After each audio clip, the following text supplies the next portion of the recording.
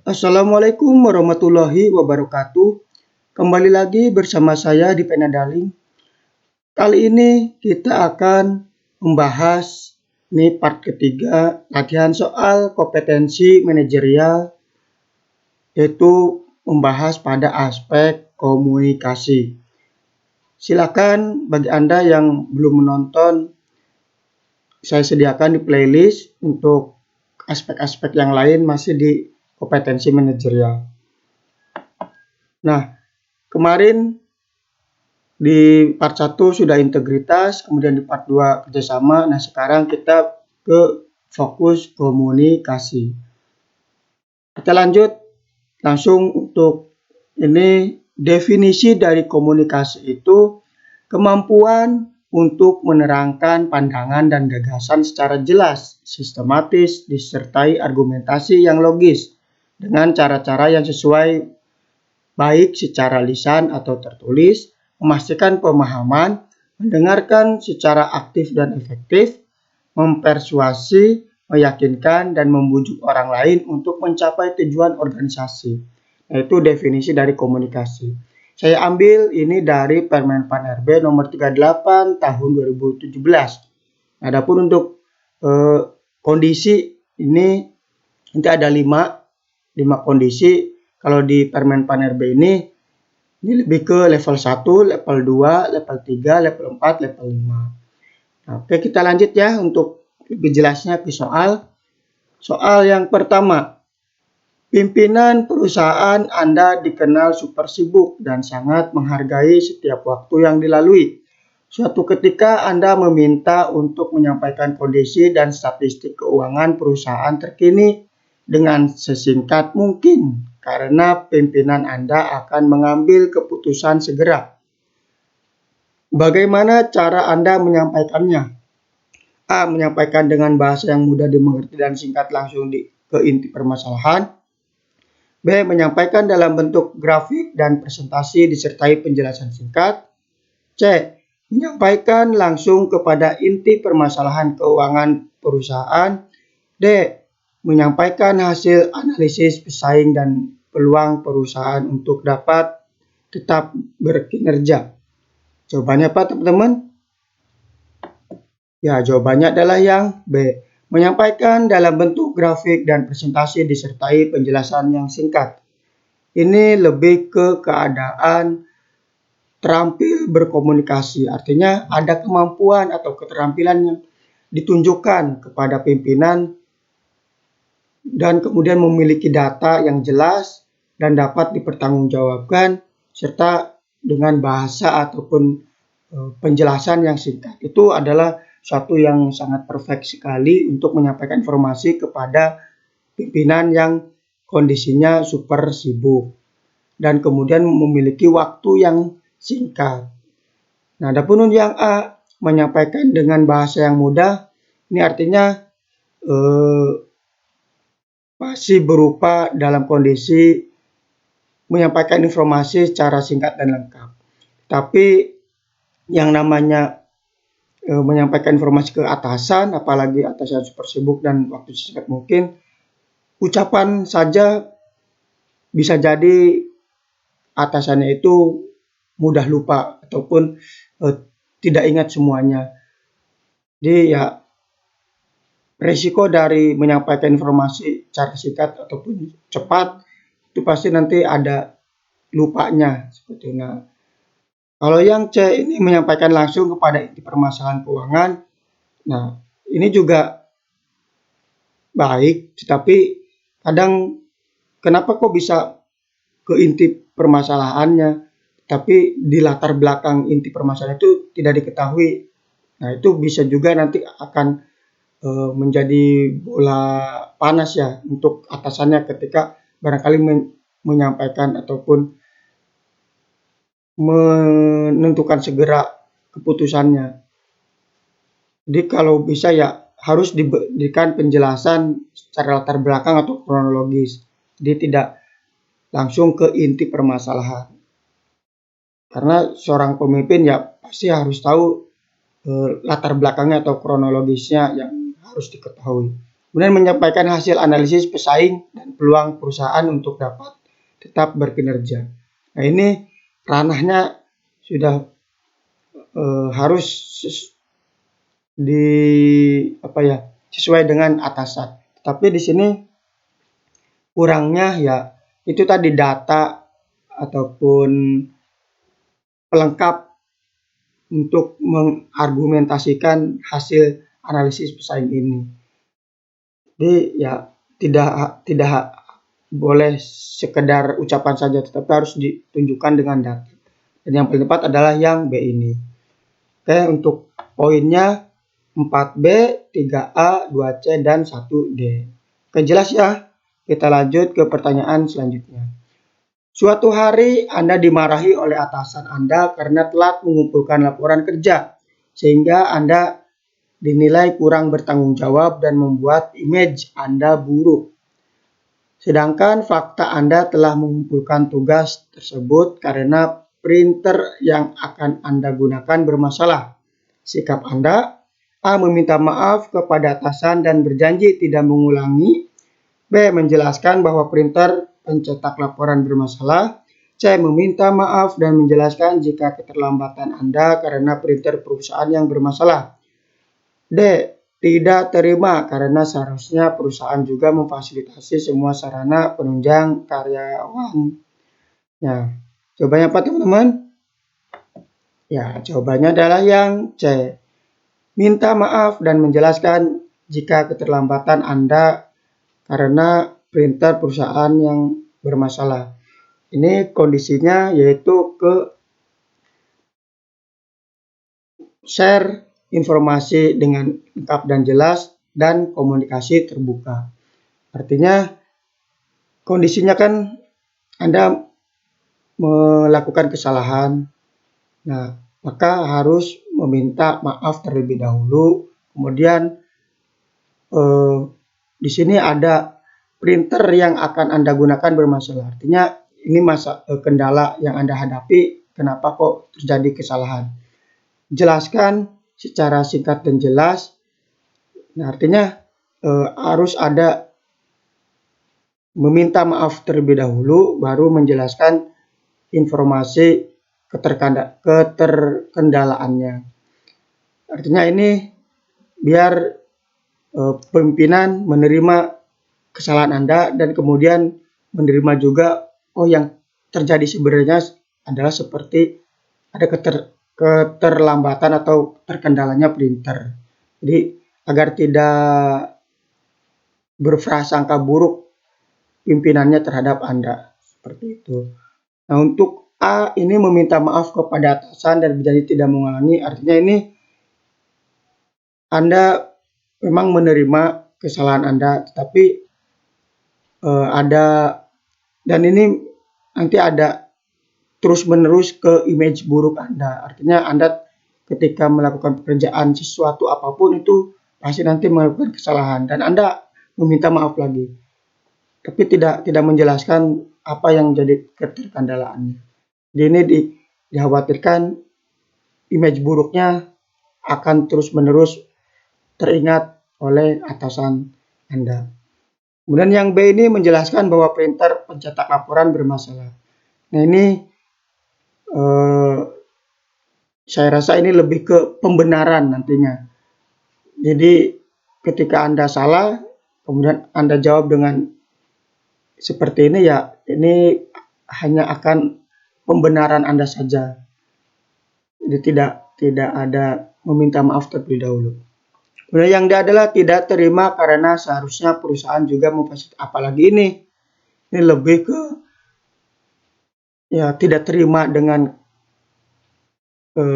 kesalahan Anda, kemudian Anda juga harus menuntut ke perusahaan agar terfasilitasi semua atau terfasilitasi sempurna. Ini tidak baik.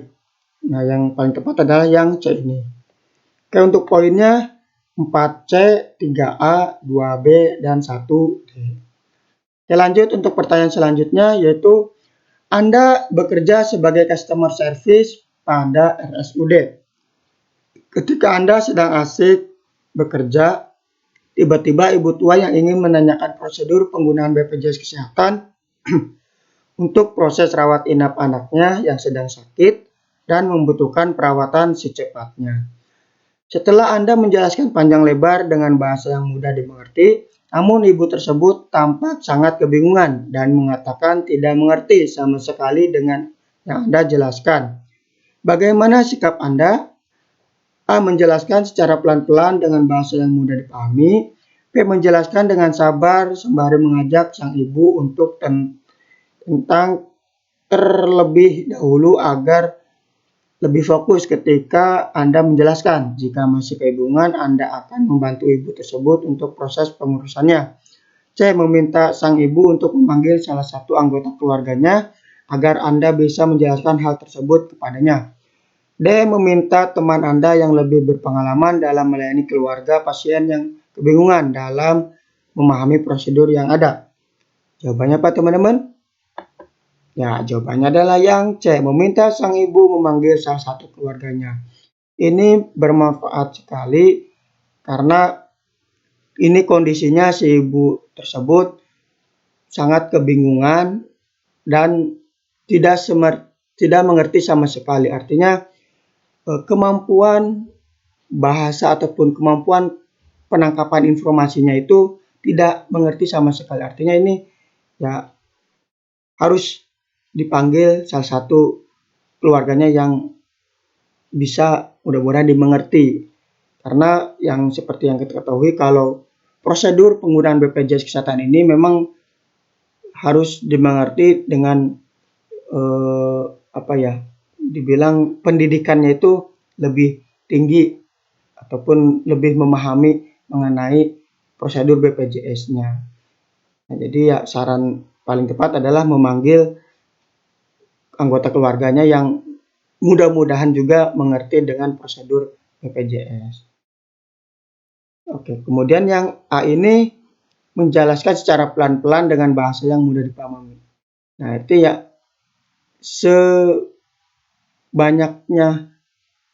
ataupun menjelaskan ke ibu tersebut yang memang tidak mengerti sama sekali ya pasti nanti tidak mengerti juga nantinya apa yang dijelaskan dan ini akan buang-buang waktu.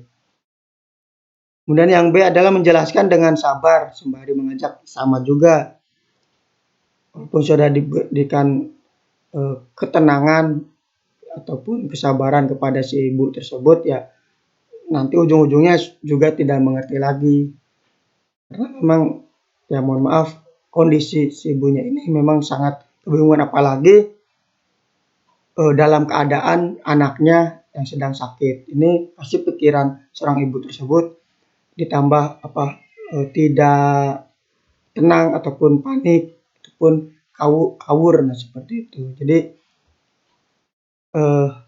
paling tepat adalah yang C. Kemudian yang D ini meminta teman Anda yang lebih berpengalaman. Nah, ini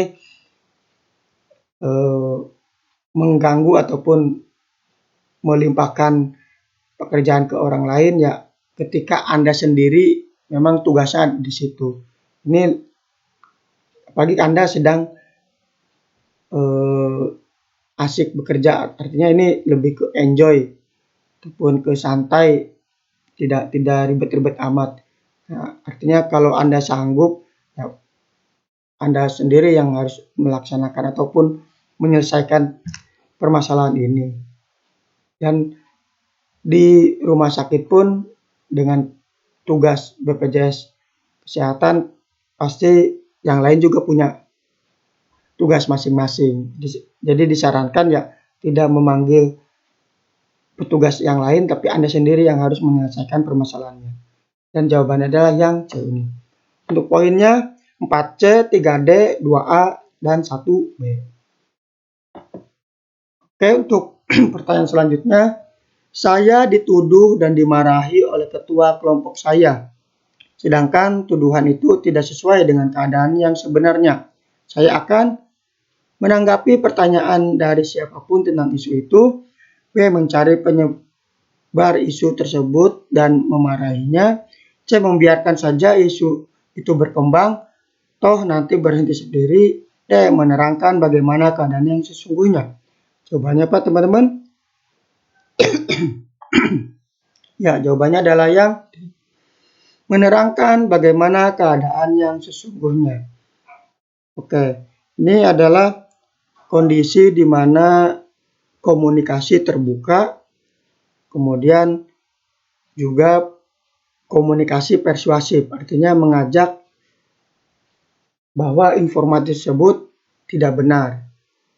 Isu itu tidak benar karena ya dijelaskan keadaan yang sesungguhnya. Nah, kalau yang A ini menanggapi pertanyaan dari siapapun tentang isu itu. Nah, kalau ini saya rasa buang-buang waktu juga dan nanti berulang-ulang lagi untuk menjelaskan ke siapapun. Dan ini pasti nanti ketika disatukan ataupun di rapat nanti akan dibahas lagi isu-isu tersebut.